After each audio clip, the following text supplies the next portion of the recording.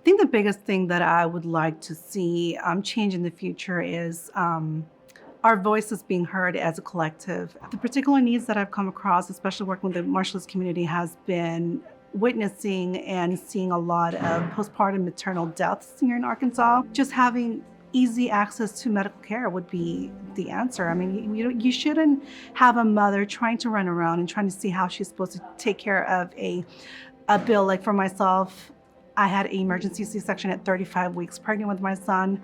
Um, I was I had private insurance through my work at that time, but $200,000 at the end of it, giving birth at 35 weeks. It's scary. As a young mom at that age, I just didn't know how to advocate for myself. I mean, we should not just be another statistic because we're having issues trying to get medical care over our immigration status and our immigration documentations. Believe it or not, they do prevent a lot of us from seeking or even getting the medical insurances that we would need to have a healthy child. My mission is to see the mortality death rates amongst the Marshallese moms come down.